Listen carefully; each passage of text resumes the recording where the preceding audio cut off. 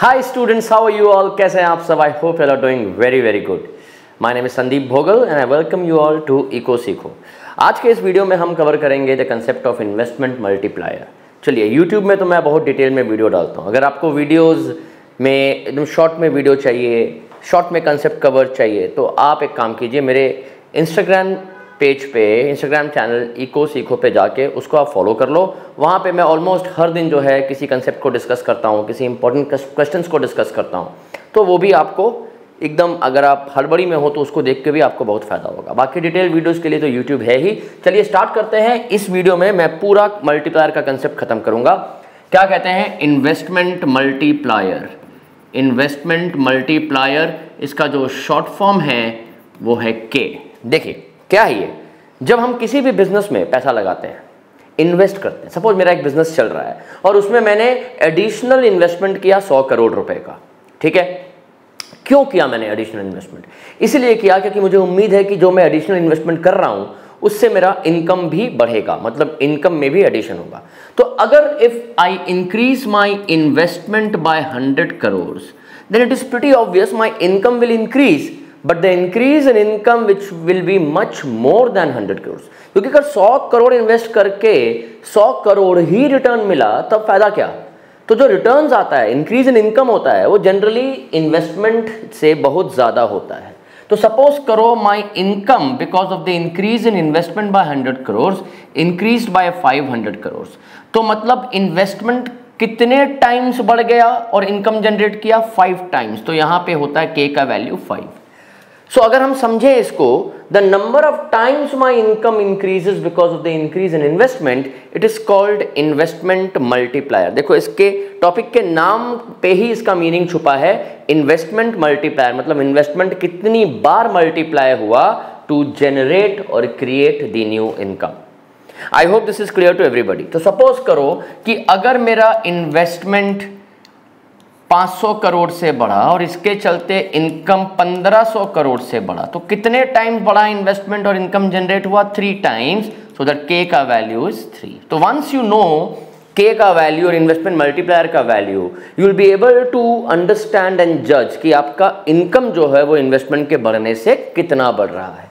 Let's say your increase in investment is 600 crore and the value of investment multiplier is 4, so your income will increase 4 times the increase in investment, so increase in income will be 2400 crores. So I hope this is very clear to everybody. The concept of investment multiplier, the meaning is clear. तो इसको हम कैसे denote करते हैं mathematically बताता हूँ, लेकिन अगर आपको ये इस पर्टिकुलर चैप्टर का ये PDF चाहिए तो मुझे आप मेरे नंबर पे व्हाट्सएप करना। I be more than happy to share the PDF 9801345670। चलिए, अब मैथमेटिकली इसका फॉर्मूला क्या हम लिखते हैं? K equals delta Y by delta I, where K stands for investment multiplier, delta Y stands for increase in income and delta I stands for increase in investment. तो I hope this is clear to everybody, ठीक है। अब इसको derive करते हैं। देखो, पहला चीज तो ये हो गया। अब हम समझते हैं K, that is investment multiplier, MPC that is marginal propensity to consume, में क्या एल्जेब्रिक रिलेशन है और उसको हम कैसे डिकोड करेंगे समझेंगे। चलिए, अब हम फटाफट आकर के पहले इसको साइड कर देते हैं और के और MPC के रिलेशन को समझते हैं mathematically. So K I write delta Y by delta I, ठीक है। के क्या है? Delta Y by delta I. अब वी नो इक्विलिब्रियम में y equal C plus I, तो हम लिख सकते हैं delta Y equals delta C plus delta I. तो जब भी हम किसी इक्वेशन को सॉल्व करते हैं या किसी लॉजिक को समझते हैं तो हम ये अज्यूम करते हैं कि economy is already in equilibrium. तो इक्विलिब्रियम में y equal C plus I है, तो delta Y will be equal to delta C plus delta I, है ना। तो delta I becomes delta Y minus delta C, ठीक है। इससे डेल्टा आई का वैल्यू निकल गया। इस डेल्टा वाई को यहाँ पे हम सब्स्टिट्यूट करते हैं, तो हम क्या लिख सकते हैं? K equals delta Y by, अब डेल्टा आई की जगह हम लिख देंगे delta Y minus delta C, ठीक है।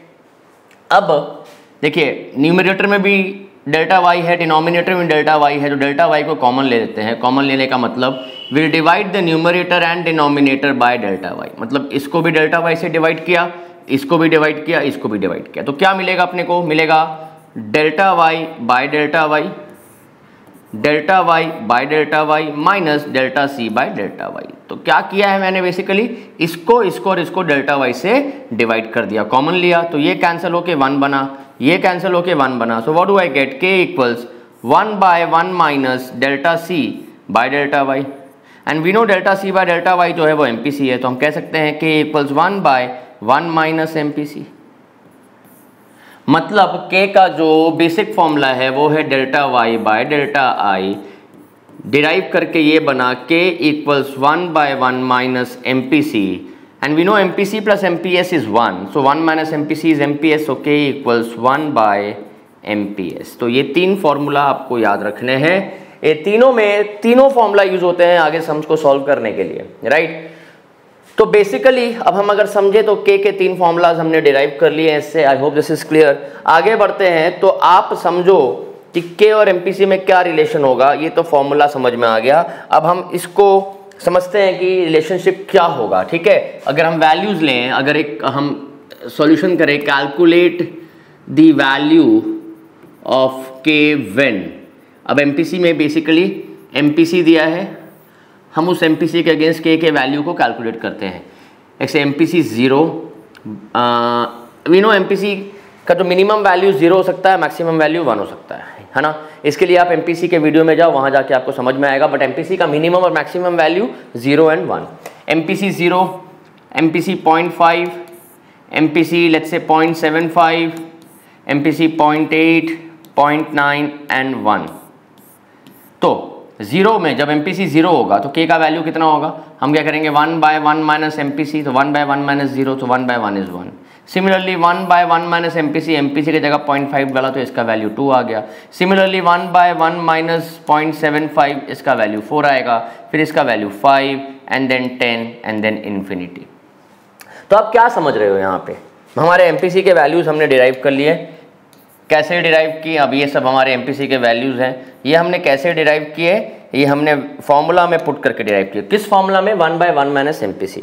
तो ये डिफरेंट एमपीसी के वैल्यूज में यहाँ पे k के वैल्यूज को हमने डिराइव कर लिया। अब समझे कि क्या रिलेशन दिख रहा है। एमपीसी जैसे जैसे बढ़ रहा है k का वैल्यू भी बढ़ रहा है, मतलब ये हुआ k एंड एमपीसी में there is a direct relation.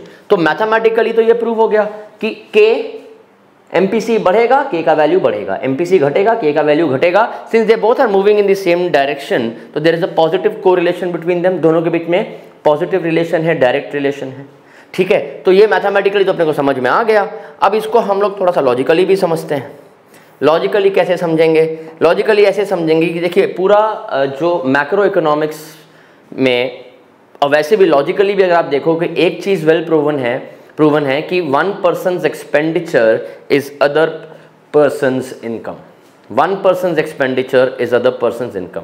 अगर हम खर्च करते हैं तो कोई तो कमाता है। अगर आप 100 रुपये खर्च करके एक आइसक्रीम खरीद रहे हो तो आपका एक्सपेंडिचर है, लेकिन आइसक्रीम वाले का इनकम है, ठीक है। आप अगर स्कूल में पढ़ते हो और स्कूल की फीस देते हो तो स्कूल की फीस आपके लिए एक्सपेंडिचर, स्कूल वालों के लिए इनकम। तो इकोनॉमी में ये रूल है जो कि एकदम सही है, that one person's expenditure is other person's income. तो ये हमने एमपीसी और k के बीच में मैथमेटिकल रिलेशन तो समझ लिया। अब इसी रिलेशन को लॉजिकली भी समझने की कोशिश करते हैं। समझने के लिए ये चीज़ आपको दिमाग में रखनी पड़ेगी कि one person's expenditure is other person's income. अब आइए एमपीसी क्या है एक बार शॉर्ट में रिवाइज करते हैं। एमपीसी बताता है what percent of the increased income is used for the purpose of consumption. ये आपको टॉपिक तभी समझ में आएगा जब आप एपीसी, एपीएस, एमपीसी, एमपीएस से एकदम वाकिफ हो, आपको पूरा अच्छे से आता है। तो इस वीडियो को देखने से पहले एपीसी, एपीएस, एमपीसी, एमपीएस को बहुत बढ़िया से समझ लेना, ठीक है। तो अब क्या होगा अगर एमपीसी ज़्यादा है? So what if the value of MPC is high? High MPC means more expenditure, because MPC क्या बताता है? What percent of the increased income is used for the purpose of consumption expenditure? तो MPC अगर ज़्यादा है इसका मतलब consumption expenditure ज़्यादा है। अगर consumption expenditure ज़्यादा है, what does it mean? If there is a higher consumption expenditure means since one person's expenditure is other person's income, higher consumption expenditure indicates more income. Because ज़्यादा खर्च किया ज़्यादा income होगा, और इनकम ज़्यादा होगा तो ऑब्वियसली के ज़्यादा होगा। के क्या बताता है? के की वैल्यू जितनी ज़्यादा इनकम उतना ज़्यादा, के की वैल्यू जितनी कम इनकम उतनी कम बार मल्टीप्लाई हुआ है। तो अगर के इनकम ज़्यादा है तो ऑब्वियसली के का वैल्यू भी ज़्यादा होगा। तो भाई समझ में आ रहा है कि MPC और के में there is a direct relation. तो आपको एग्जाम में आ सकता है कि explain with reason the value of MPC, the relationship between MPC and K. So this is how you're supposed to explain this. I hope this is very very clear to everybody. एक दो sums को करके K की value को समझते, K को और अच्छे से समझते हैं ताकि आपको इसमें क्लैरिटी आ जाए। Let's say the value of MPC given is 0.8. Let's say the value of MPC given is 0.8 and you have to calculate the increase in investment।